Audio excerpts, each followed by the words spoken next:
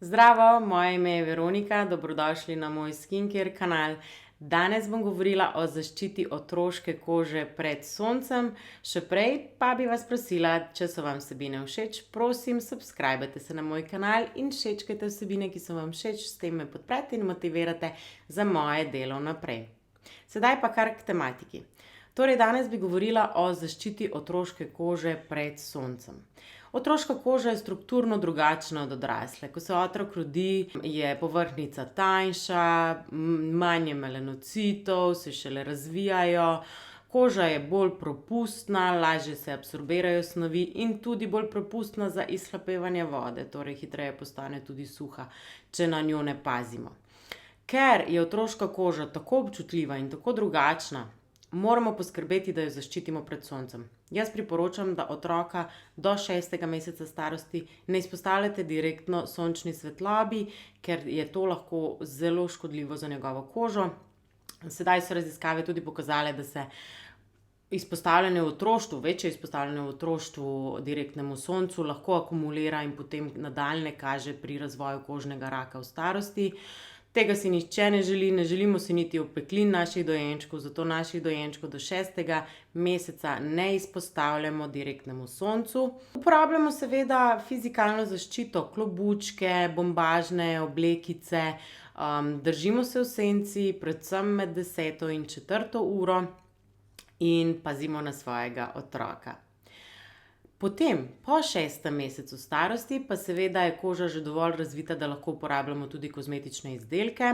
Sama priporočam, da se uporabljajo zaščitni izdelki z mineralnimi UV filtri ali vsaj z neko mešanico mineralnih in organskih. Zdaj, zakaj? Zato, ker vseeno, čeprav so raziskave po novem, seveda velja, da mineralni filtri tudi absorbirajo UV svetlobo, so še vedno tisti, ki ostanejo bolj na površini kože, so še vedno tisti, ki delujejo tudi rahlo protivnetno in kateri povzročajo manjše možnosti za razvoj kakšnih alergičnih reakcij. Zato jih bolj priporočamo za na primer vsakodnevno uporabo, pri mlajših otrocih. Seveda uporabljamo izdelke, ki nimajo nekih dišav, sploh ne kakšnih eteričnih olj, ki so prilagojena za bolj občutljivo kožo.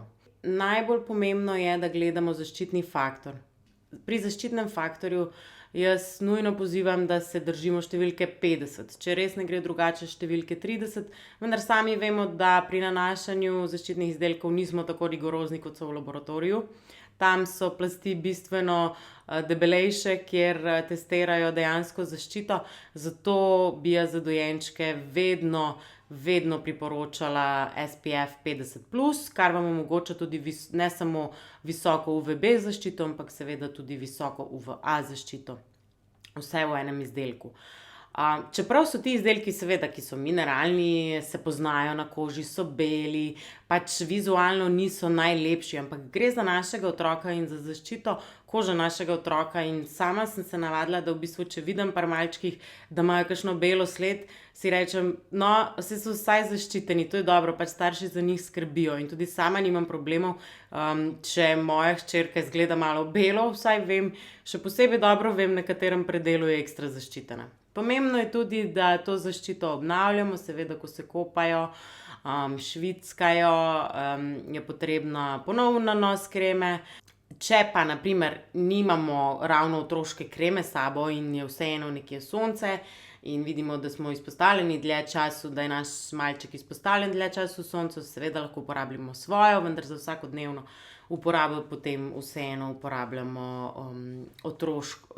seveda za zaščito otroške kože. Še vedno upoštevamo to, da se zadržujemo večinoma v senci, da se ne izpostavljamo med 10. in 4. uro in seveda, da pokrijemo, kjer le lahko, seveda ne, da je zdaj otroku prevroče, ampak da je pokrit s kakšnimi tudi UV oblačili, zdaj so po novem tudi UV oblačili, da ima otrok mogoče kakšne tudi sončne očale. Moramo vedeti, da velikokrat delamo napako, da mislimo, da so otroci izpostavljeni sončni svetlobi samo na morju, pa to ni res. Ko se igrajo, ko smo na sprehodih, v avtu, povsod so izpostavljeni. V avtu lahko to to rešite tudi s kakšnimi te senčnimi zastori, potem tudi s klobučkom, z obleko, z očali, kot sem že povedala.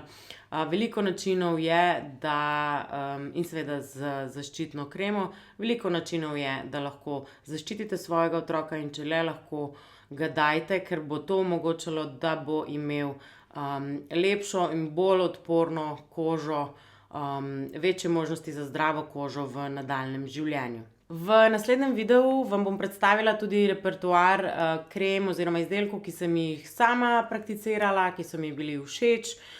Sedaj sem kupila tudi nekaj novih izdelkov in preverila formulacije trenutnih izdelkov na trgu, da vam bom lahko predstavila tudi ostale izdelke in boste potem se tudi same lažje odločile, katero zaščitno kremo uporabiti za svojega malčka. Če vam je bila ta vsebina všeč, prosim, subskrbajte se na moj kanal, všečkajte vsebino.